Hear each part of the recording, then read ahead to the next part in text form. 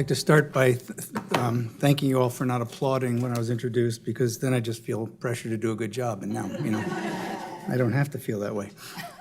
I'm keeping my phone here because there's a little glare on that, and I'm going to try to make sure I keep within time, even though we're going to end a little bit early today. So when I was asked to do this, or I should say told to do this, I started out getting worried. I sure hope there's something to talk about. And then I started delving into our portfolio, most of which I oversee, but some of which is not in my area. And I thought, now how am I going to fit it all in this 20 to 25 minutes? And luckily, I have a bunch of colleagues and leadership in our institute who were happy to say, get rid of that slide, get rid of that slide. So we went from 40 down to 25 or so. So I think I can do it. Okay, here's the way the presentation will be structured. Offer some general information, some kind of general sense of how we approach technology or how we invite technology at NINR. And then I'll give you some background on, as Ann mentioned, the SBIR and STTR programs, because not only is it a large portion of our technology portfolio, but it's a requirement of those grant mechanisms that they use technology. So I'm going to start from an assumption you don't know that much about it and give you some background on that. And then I'm going to highlight several current and a couple former grants that are using technology that will cut across NINR's kind of range of areas, but a large part of the focus will be projects that are in my portfolio that are very technology focused. And then we'll talk about where we might think about going from here. Okay, so not that I have to tell you that technology is not a new thing, but I wanted to show you a couple of images, one from 1900, 1900, and one that was in the newspaper back in December, the Washington Post.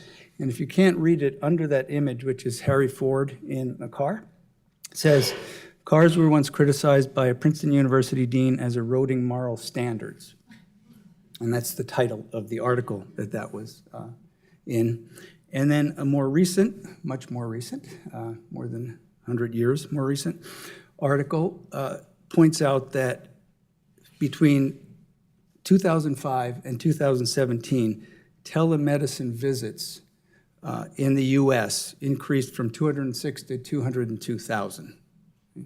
So even recent history, the change is pretty dramatic. And I hope people aren't still saying it's going to erode moral standards, but I don't think technology is thought about in nearly the same way as it was. Okay, the general overview of our technology portfolio. Technology at NINR is seen as a cross-cutting area. And what that means is we have some grants that focus primarily on the building of the technology, but we have a lot of others that are really more focused on some of NINR's priority domains like self-management, symptom science, but that are using technology.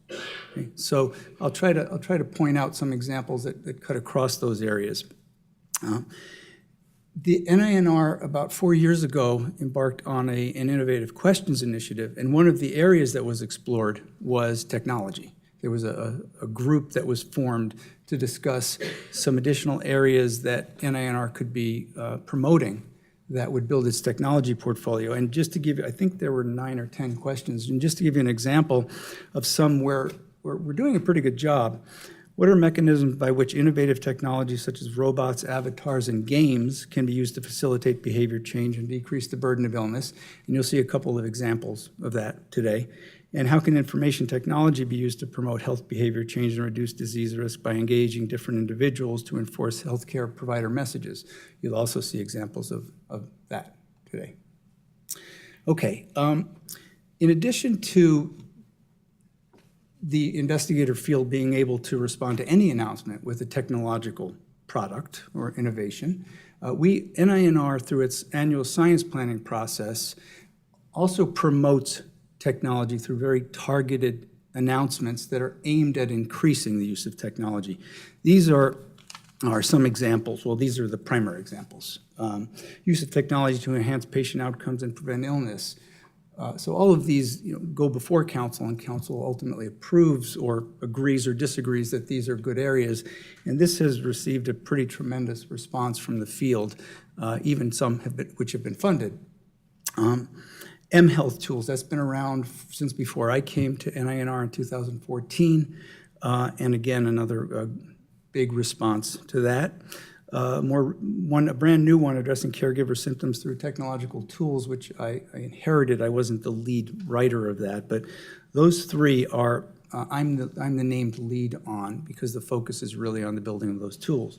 Two others, biobehavioral and technological interventions to attenuate cognitive decline, draws from the increased focus at NIH on Alzheimer's disease and related dementias. And Lois Tully is the named lead on that. But you'll see the technology is right there in the title. And self-management interventions and technologies to sustain health and optimize functional outcomes is focused on self-management. And so Karen Huss is the lead contact person there. Again, to show that it kind of cuts across, and we also have some targeted areas. Also wanted to point out that this reflects some general interest in kind of cross-cutting focus at NIH on technology. There are a number of work groups. There's a medical devices research interest group.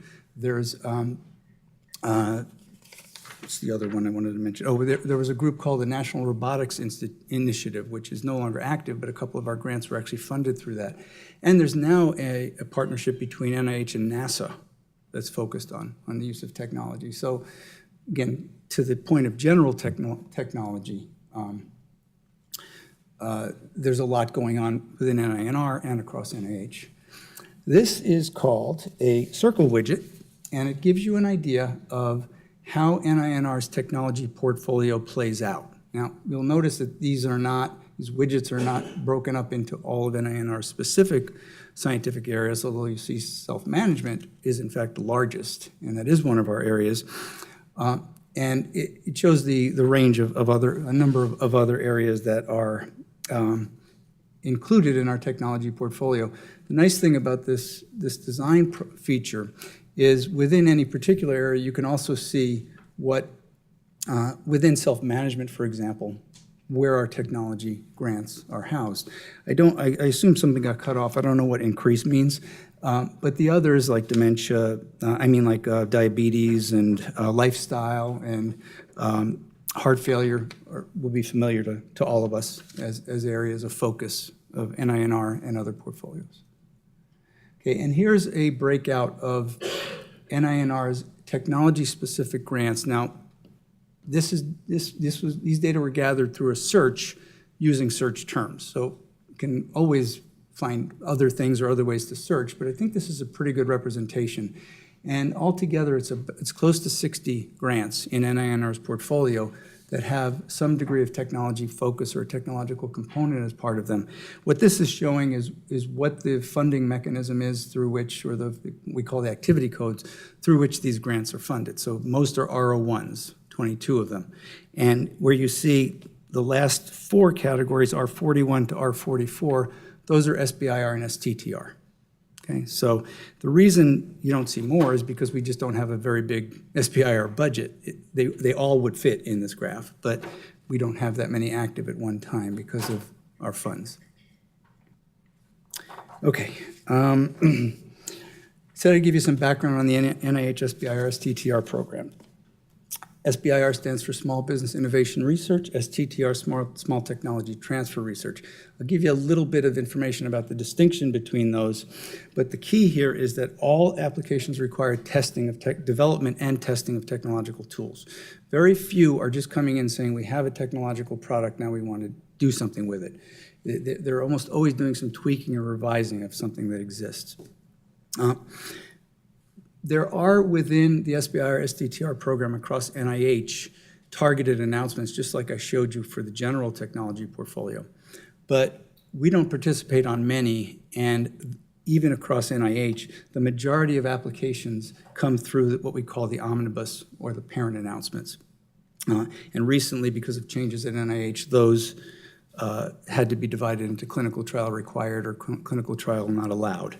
We get a lot of contacts around this, and luckily enough each year to fund. Sometimes we have to steal from some other institutes, but the SBIR community is really a very good place for working collaboratively across NIH. We talk to each other a lot about interest in funding each other's stuff. Okay, so what's the program about? The goal is to stimulate technological innovation, use small business to meet basic federal research and development needs, and to increase private sector commercialization of innovations derived from federal research and development.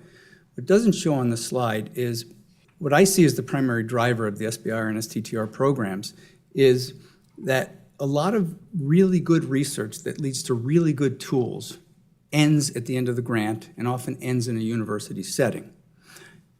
It's not to say that the investigators aren't motivated to take it beyond, but it's hard to do, and because of the nature of the beast, you're out looking for the next grant or other things to do. There's a component of the SBIR and STTR programs, you'll see on the next slide, that requires, in quotes, commercialization, meaning that it has to be part of the plan to move it out into a marketplace. Part of the thinking here is that small businesses should be good at this, but more importantly, they should be very motivated to do it because it's about their survival in some ways. Okay? So the photo says, never ever think outside the box. You see the kitty cat. And the idea of SBIR is the exact opposite. It's be as creative, innovative, high-risk thinking as you can. And part of the thinking there is, what is it going to take to get something out to the marketplace? Is it working in a space where there's already a bunch of stuff, or coming up with something new? Okay, here's the information I said I would share about the basics of the program. SBIR and STTR are divided into three phases. Phases 1 and 2 are funded by NIH. Applicants can come in with separate phase 1 and phase 2 applications. You can't do phase 2 until you've had phase 1. Or they can come in with them together in what's called a fast track application. Those first two are funded by NIH, and there are some very specific guidelines about how the research is to be carried out. Phase 1 is a short-term, 6-month for SBIR, 1 year for STTR, proof of concept or feasibility study. So often you'll see people coming in with basic user testing in a lab of a prototype, or focus groups to better assess what the field needs out there. And their budget guidance, which we can talk about if need be, but I won't go into any detail. Phase 2 is to take that product that you built the prototype of and do full development, and now do a research study not unlike you would do in an R01, but in a much shorter time frame, in 2 years. So the assumption is that you wouldn't need as much time to do the build out. So maybe a year and a half of the grant could be used on the RCT or whatever type of study. Phase 3 is what I told you about, commercialization stage. Generally speaking, the grantee is then taking this product and going and exploring a marketplace, doing market research and other things. Usually it's not NIH they're selling to, although they can, but they're trying to find partners out there who are interested in what they're doing and sell. And you'll hear an example of that in the presentation following mine today. I think this is the last slide on SBIR STTR. Each year, each institute is asked to identify a set of priorities specific to its small business program. So what are the areas of greatest need, or the areas where we want to be sure there's ongoing work? NINR has somewhere in the neighborhood of 20, between 15 and 20 of these topics. These get posted in those omnibus solicitations I mentioned. And the field can look these up, and they can say, oh, I've got something in that area that I want to propose. I've got the full list on the table, handouts if any of you want them. I would ask that NIH staff not take them because I can get them to you more easily. But if you want to get a sense of what NINR has identified as its priority topics, you can see them on this list. And I won't talk through them in the interest of time, but I chose one from each of our strategic priority areas. Okay, let's move to what it actually looks like at work here. I'm going to give you some examples across the 4 primary areas, one example in each of the 4 primary areas of NIH strategic priorities, and then talk about some more general technology projects that are going on. I said each of the 4, but also our training portfolio, and then some specific SBIR projects. This comes from our symptom science, I believe, portfolio, Martha Matoka's, symptom science. And it's a product being developed by Ryan Shaw that measures face, head, and body movement, tracks and measures using a fully automated method for tracking connect body skeleton. So let me say that in a way that makes it sound more like English. They're using synchronized high-definition visual video and Microsoft Kinect cameras during shoulder abduction. So the primary target area of this is people who have rotator cuff damage and are having surgery. So the boxes are showing, they're visual images of the pain levels. Okay.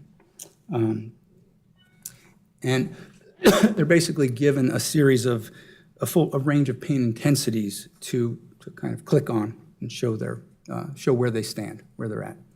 And you can see from the left, it's a little bit hard to see the body on there, but those are sections of the body that are being highlighted by the images.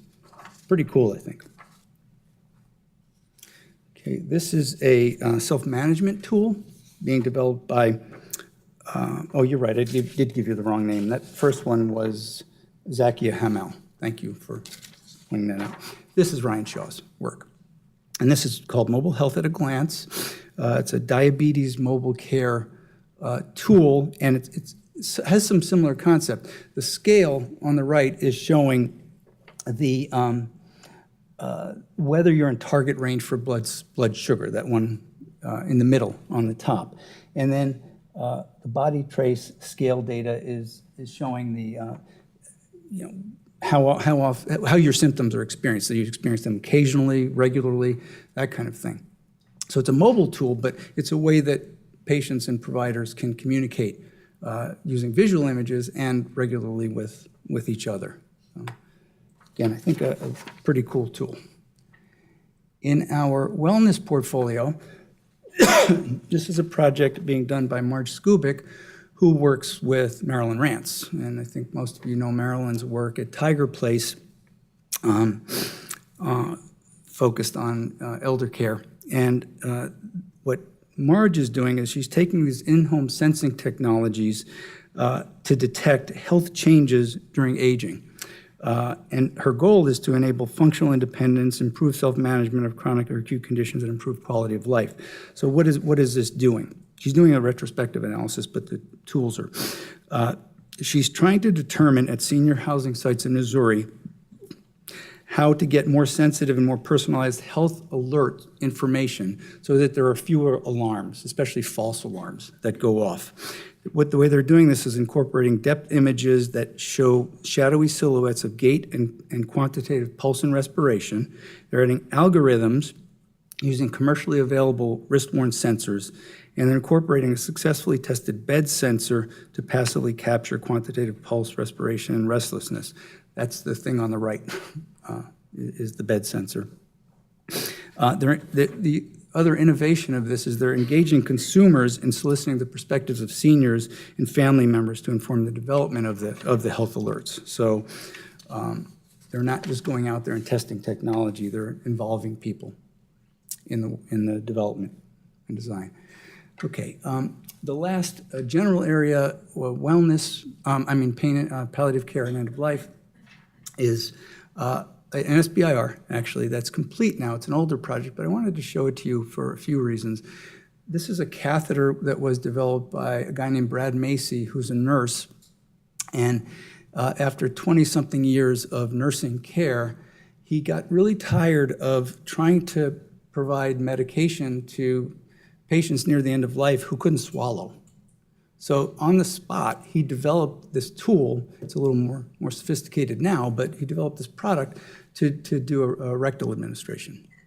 And he applied for a grant, received the grant, and completed the development of it. And the study, the phase 1 study, showed significant reduction in pain levels. He actually noticed this when he was developing it, just in the patients he was giving the medication to.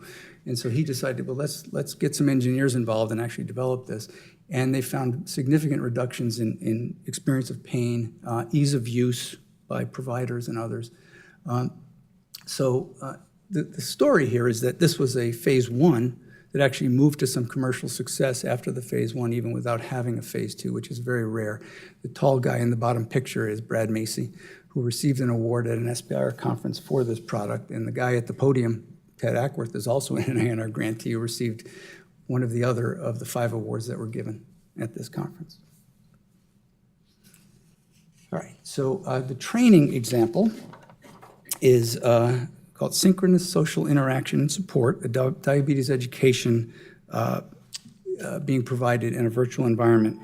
And the idea here is that you're creating avatars, basically, and interacting with each other in a safe, anonymous environment.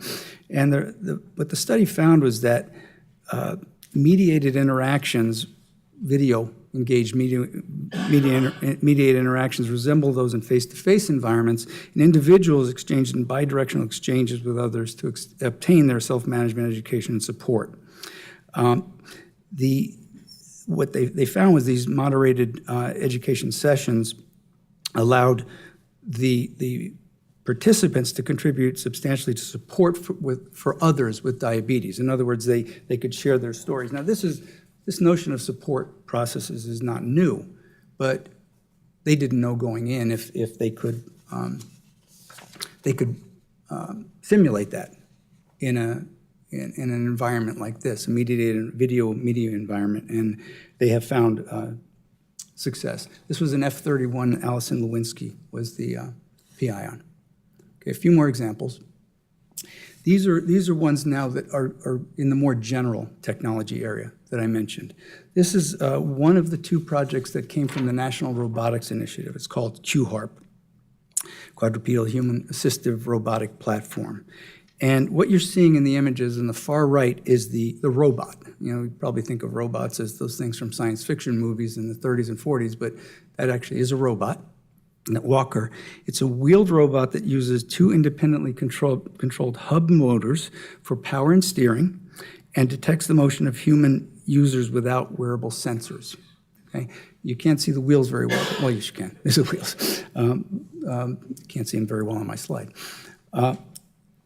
The electronic powered, it's called a quadruped robot, leverages prosthesis research and builds the robot using powered prosthetic joints, leveraging existing technologies.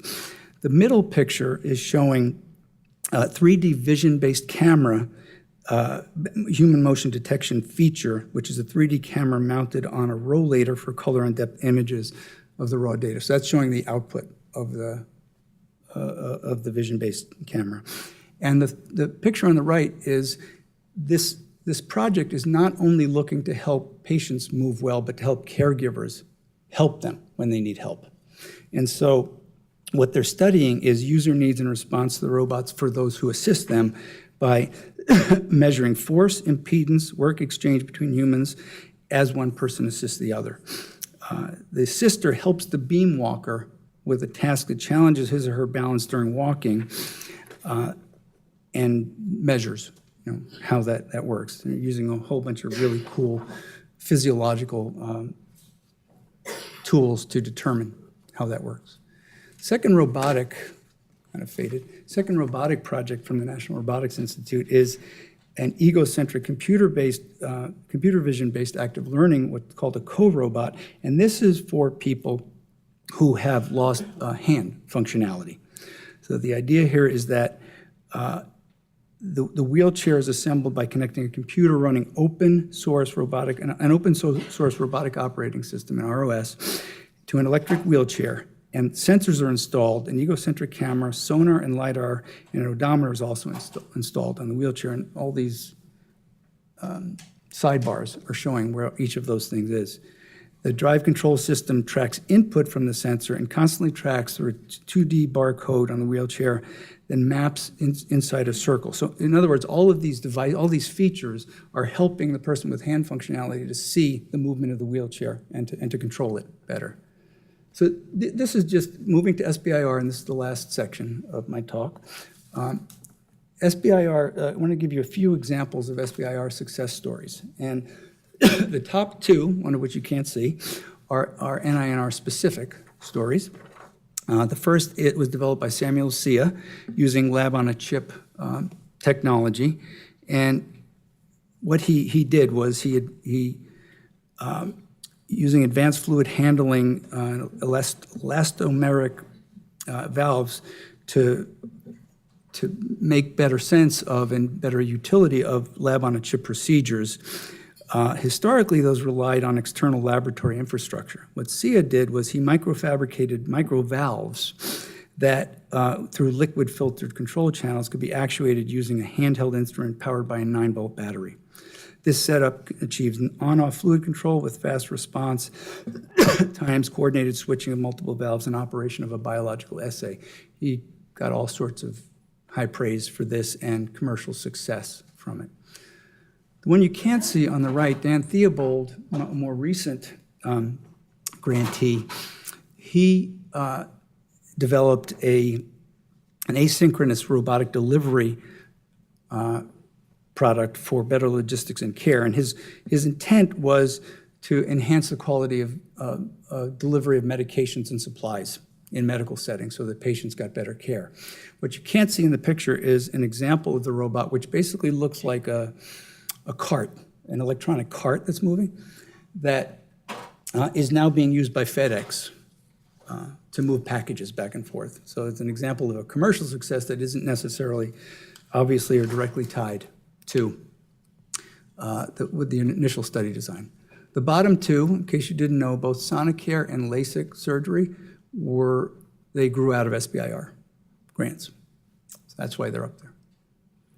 All right, the SBIR phase, now a phase 2 study, Noddle medical device being developed by Richard Hertig, is basically a smart switch that is attached to the communication tool that the patient has. These are people with speech communication limits, and it allows the patient to communicate through things like tongue clicks or very simple gestures of the mouth and face so that they can alert nurses and other care providers when they need help.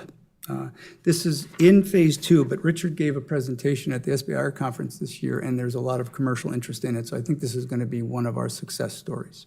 He called the device the Noddle and the chat feature the Noddle chat. This is one that's would be in our wellness portfolio, but it's an SBIR, and this is it's called Picture Me Fit. This is a tool that's being developed for adults and children who are at risk of obesity and a wide range of related health conditions like hypertension, cardiovascular disease, diabetes, et cetera. And what they're doing is they're using ethnographic methods, documentary photography, and photo exhibits to empower youth and adults to do community-based obesity prevention.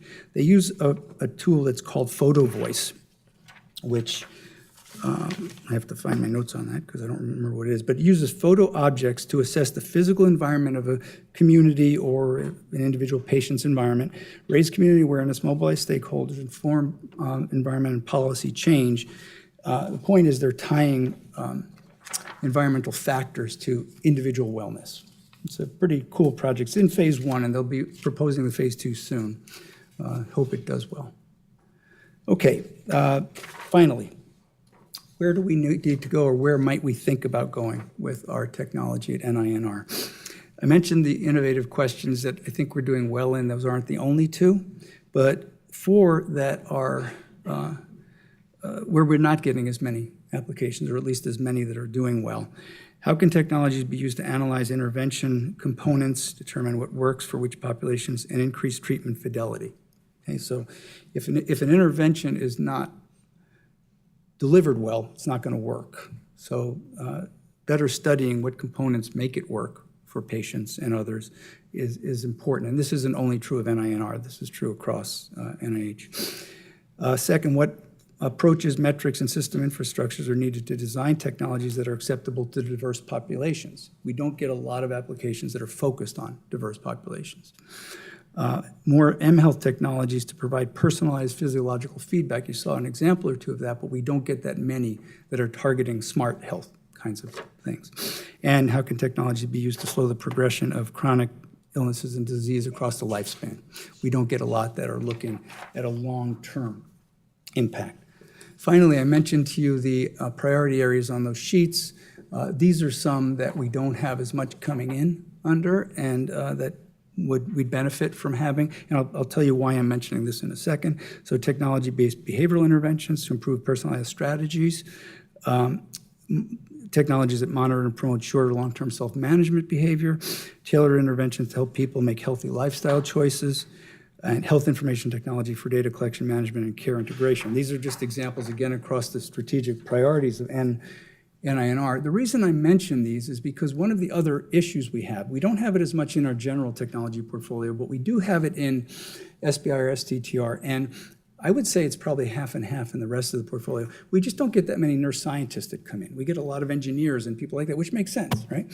But focusing on these sorts of things, it seems to me partnerships between nurse scientists and engineers, computer technology people, et cetera, would produce better products. And so I'd like to encourage more of that. Okay, I really am done. I just wanted to show you a couple of things in case you don't think we still need better tools. These are doctors in the upper left. They've got fake legs saying the coast is clear, so they're not really doing surgery. In the bottom, saying this is podiatry, nurse, neurology is next door. So you can see the patient is divided. And my favorite one, which doesn't necessarily have anything to do with what we're talking about, we're here today to, okay, I don't have to read it, you got it. All right, thank you. Sorry I went over a little bit.